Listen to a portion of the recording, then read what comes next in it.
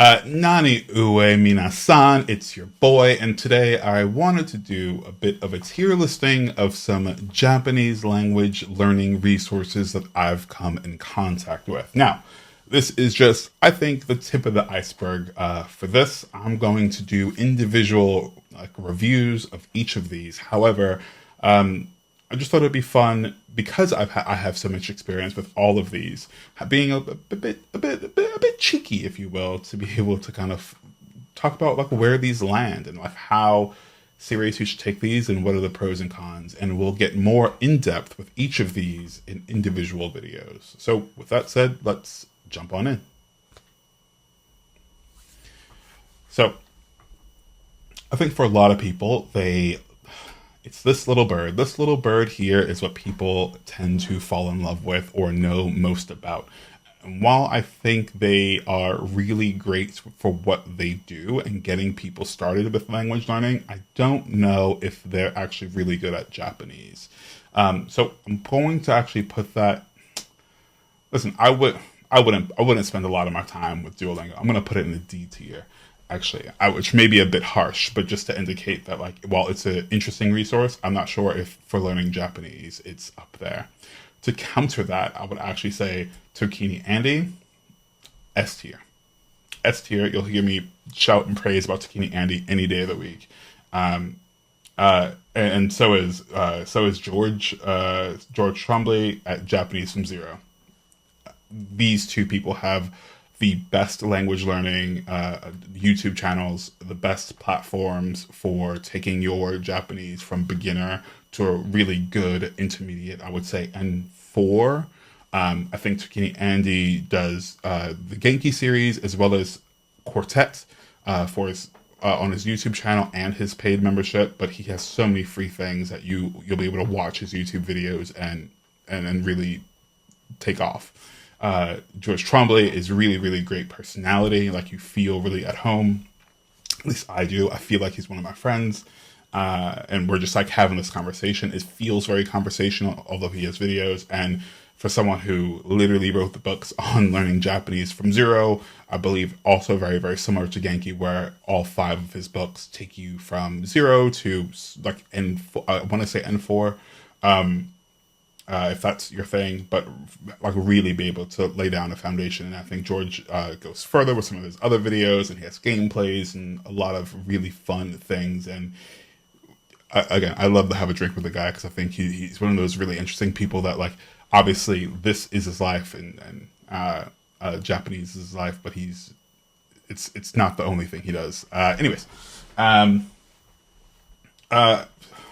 somewhere else, I would say Drops is very similar to Duolingo. Got you learning some vocabulary, but I enjoy Drops much better than Duolingo. I'm actually going to put it on the C tier. I think the way their UI has, how different their UI is, and for bite-sized little chunks, I enjoyed it. I haven't done a complete deep dive into the Drops apps. Actually, that's not true. I have for Spanish. I haven't done so much for Japanese, but for Spanish specifically, I think that it was really good in how it just gave you bits of information. So for that, I'm going to put it above Duolingo. Maybe I'll drop it down to say. Anyways, Rosetta Stone, straight up D-list. I don't like it. I don't like anything that essentially has you guess things before you know them. So it essentially puts you in a situation and asks you in Japanese, which one is a dog? Or what does it do? It's inu. And you don't know what inu is, so you gotta just click around and figure out which one of the 4 things in their multiple choice is inu. I don't think that's effective. I think they have really good marketing. I think they were maybe one of the biggest and best before technology kind of took off, but not a fan personally.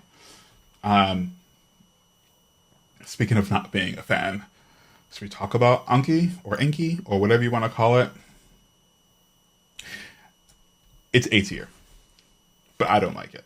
I have a personal preference to other things, other SRS programs, and that's essentially all Anki is. Anki, which I actually don't even have things like Quizlet on here, but Anki, Quizlet, flashcard systems that incorporate SRS or space repetition systems are fantastic for being able to track.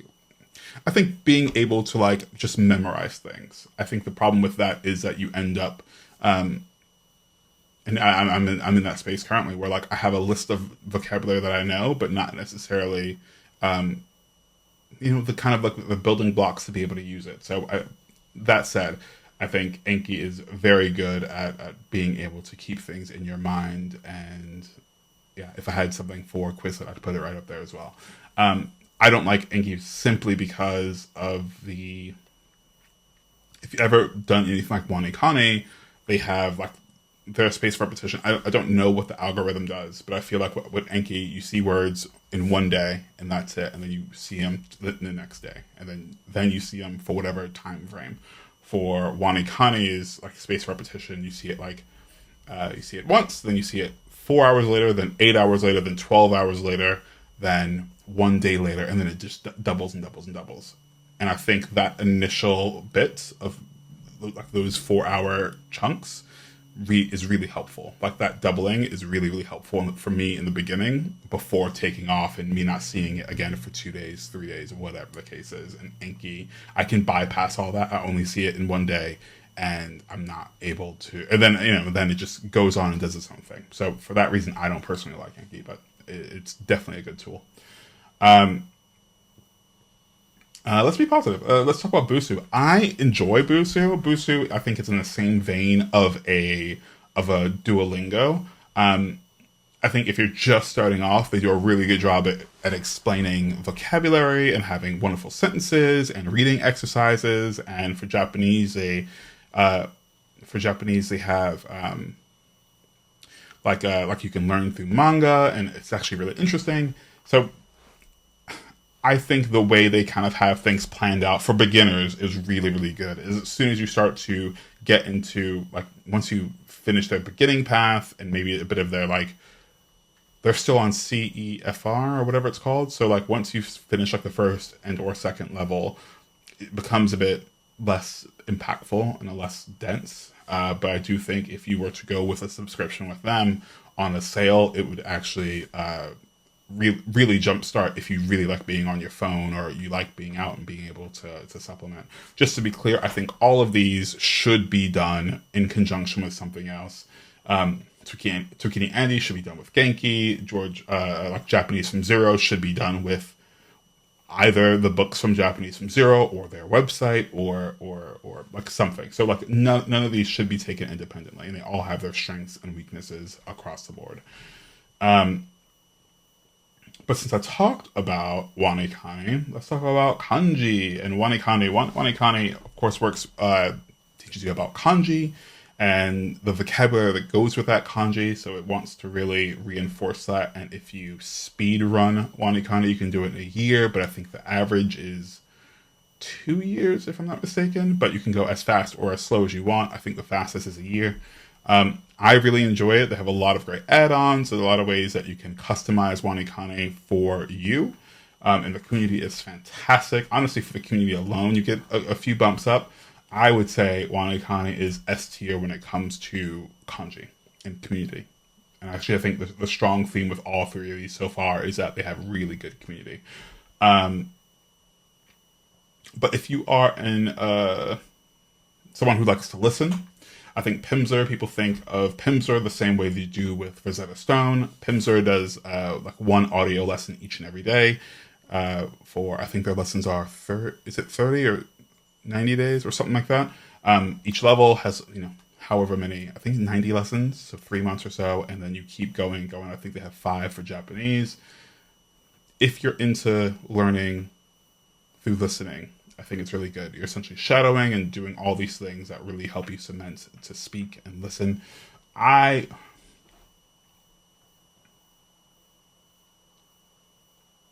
Taking away the caveat that like you should obviously be doing something else, I think as a tool, it's actually A. You know what? I'm going to drop it down to a B. It's a B only because, all right, I think I was going to say it's an A because of the listening and the speaking. If you do Pimsleur the way you should, I think what it really does, hopefully, is helpfully, what it really does to help is to take beginners into just being comfortable speaking, being comfortable saying these different things, being comfortable listening, and that I think is gold. Again, it's only parts of the process of learning Japanese, but I do think that it is really helpful to be able to go out for 30 minutes or go on a walk or sit at your desk and be able to listen to something and be able to repeat it back. And if that works for you, I think Pimsleur will be, again, really, give you really good footing in terms of being able to listen and speak. The reason why I dropped it down to a B was simply because I think some of the language is a bit stiff, is what I heard, a bit like textbooky, not so casual, not so everyday, not so natural. But Japanese being something that has really formal language and casual language, and of course the evolving nature of language in general. Of course, you're going to have things like that happen. So there.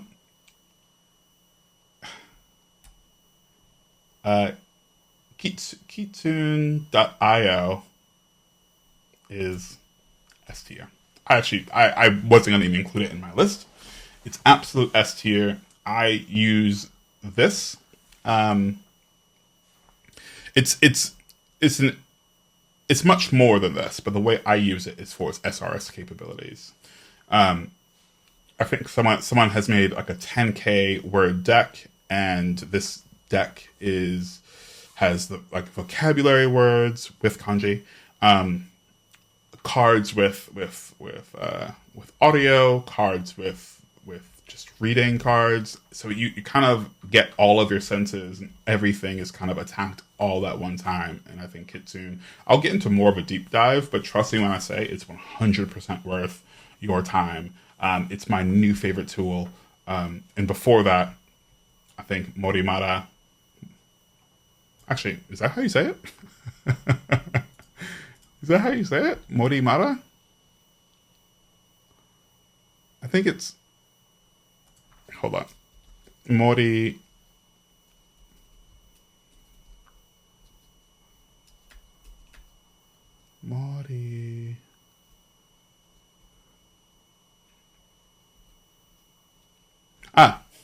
Maru Mori. Maru Mori is, I think I would say, the sister of Kitsune.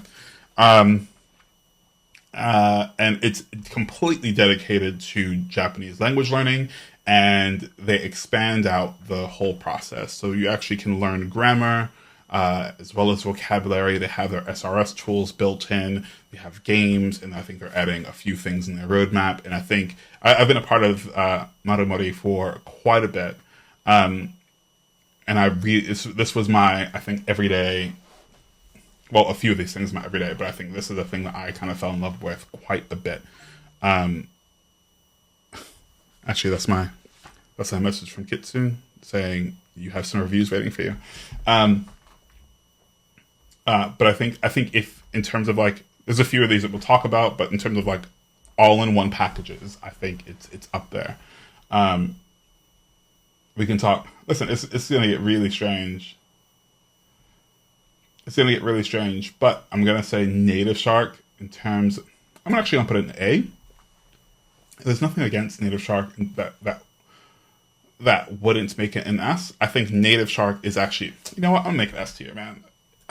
I hate having everything in S tier. It makes me feel like I'm not weighted in my judgment, but I do think Native Shark is really, really good in terms of how they teach and the structure of which they want to teach you Japanese and lay down foundation that may feel slow in terms of their recommended usage. But again, they teach you grammar, and they teach you grammar, I think, all the way up until N1, right? If we're using JLPT as a gauge. And they have over hundreds and hundreds of lessons, bite-sized lessons that you can then take in, and it's reinforced with kanji work, vocabulary work. They have shadowing. It's such a good all-in-one tool that I don't think is talked about enough. Because when I first heard about Native Shark, I just could not wrap my mind around what it was. But now that I think I did a trial initially, and the community at Native Shark is fantastic. Their Discord server is so good and full of people who are down to help that you kind of can't get enough of it. Listen, Genki, S tier, baby. S tier. Like there's beside the only books that I would ever look at in terms of learning Japanese and starting off in Japanese is Genki and Japanese from Zero. Period. People like Tobira. Some people like Minna no Nihongo. I don't have experience with those things, but I know that I wouldn't be able to learn a different language in a textbook that's completely in that language, and that's what Minna no Nihongo does. Um, Tobira, I hear that is essentially Genki, so I can't recommend it. Um, but Genki is most certainly where you want to go. Again, Genki in combination with Tokini Andy and Japanese from Zero, you're not losing. You know. Um, Here's what I think is a bit of a controversial one: Mochi Mochi or Mochi Kanji, depending on when they are around, because they changed their name a few times. I'm gonna say CCA. Mochi Mochi is another SRS app, and it is cool actually. But I think it has a lot of big promises, and I think it has a lot of big swings, and I don't think it's a very big like company, which is fantastic. But I think they have a lot of big swings that I don't think they can really fulfill promises on. For instance, I think the thing is like learn 1,000 kanji or 1,000 vocabulary 1 month. And I think that's a bit misleading because it actually is a really great app. And I think the UI is good, and I think their SRS is actually pretty good. But I bump it down simply because I feel like two reasons. One reason. I bump it down mainly because I am weary of everyone pumping, like just doing so many marketing videos for Mochi Mochi or Mochi Kanji, and it just doesn't feel like they use it or have ever used it. I don't feel like anyone has a handle on it. I'm going to do a deep dive on this app and all of these things so you can really see if this thing works for you or not. One of the best things about this is that I'm not getting paid or sponsored from any of these people, but I do think I wish I just had people to go, here are the pros and cons, and here's a proper review of these things without it being biased on who's paying you. I got it off of the recommendation of many YouTubers who got sponsored to talk about it, and that's great and that's cool for them. But I think what is missing is the idea that I think people are just getting paid for their opinion as opposed to actually having an opinion. I think it's good. I just don't think I don't think it's better than some of the other apps. But in terms of like having it in your pocket and being able to learn some vocabulary on the go is actually really good. Rocket Japanese is, I think, A tier. It's one of the ones that I really enjoy. Has everything from it kind of combines a lot of things. So it has listening, like audio lessons, like Pimsleur. It has grammar and cultural lessons. It has writing lessons. It's really, really, really comprehensive. There are things I wish were on here that isn't on here, but I think it's really, really comprehensive. I wish this had what Native Shark has, which is like, here's how we would recommend going through these. Because I think when you're and they've redone their UI, but I think when you get hit in the face with all of this content, it gets a bit hard on how you should go about it. And I think even if you decide to then veer off course from what they've recommended, at least you have sort of a baseline on what is recommended. And that's my biggest fault with Rocket Japanese. But I think also it's a bit expensive, but it's a lifetime guarantee, blah, blah, blah. And not guarantee, but like a lifetime, like it's not a subscription. You kind of buy it once and you can just go along with it. And I think for that and being able to take you from like N5, again, very beginner, to N4 and 3, it's really good. And I think it gives you a lot to work with. So if you're looking for this like all-encompassing thing, like Rocket Japanese is certainly one of the best. Lingo Deer, I think it could be a B. I'm gonna put it down the same as Mochi Mochi. Actually, I think Lingo Deer is actually. You know what? I think Lingo Deer is actually better than Mochi Mochi. I don't feel like people talk about Lingo Deer nearly enough, and they actually have two apps. I don't know if I like the user journey through Lingo Deer, but I think what you get with Lingo Deer is like they kind of hammer things home. And we'll talk about that more later. In terms of just like learning grammar, you're not going to find a better and free guide than Take Him's Guide to Japanese Grammar. You can find it. He has an app where he gives all, essentially the whole thing away. You can buy the book. You can read it all online, completely free. And I think it's a fantastic resource. Nothing is perfect, just to be clear. I don't think anything is perfect. So again, you should be using things in a combination of all of these things. You should be immersing yourself in Japanese content to really be able to pick up and put down bits that you're learning. Last but not least, Japanese Pod 101. Okay. I'm going to put it in A tier. I think, for me, this is a controversial tool. It has so much content that it's hard to deny that if someone got a Japanese Pod subscription and just lived on this website, that they wouldn't learn anything. There are lots of things that I would change, mainly the UI, mainly the way they push you through the course of learning Japanese. But that said, like there's not much you can't find in terms of learning Japanese for all levels. And they're like just constant. Like they have the marketing budget of someone that I've never seen before. Like if you go on to like they have like their YouTube and they're always on sale. So I think if you haven't heard about Japanese Pod 101, check them out. But before you do, again, I'll be doing some reviews on all of these very, very soon. And if you want to stick around for that, make sure you subscribe and tell me some of the tools that maybe I'm not aware of that you want me to check out, and I'll do it for you. And maybe I mislabeled some of these, so let me know what you think. With that said, until next time, folks, peace out.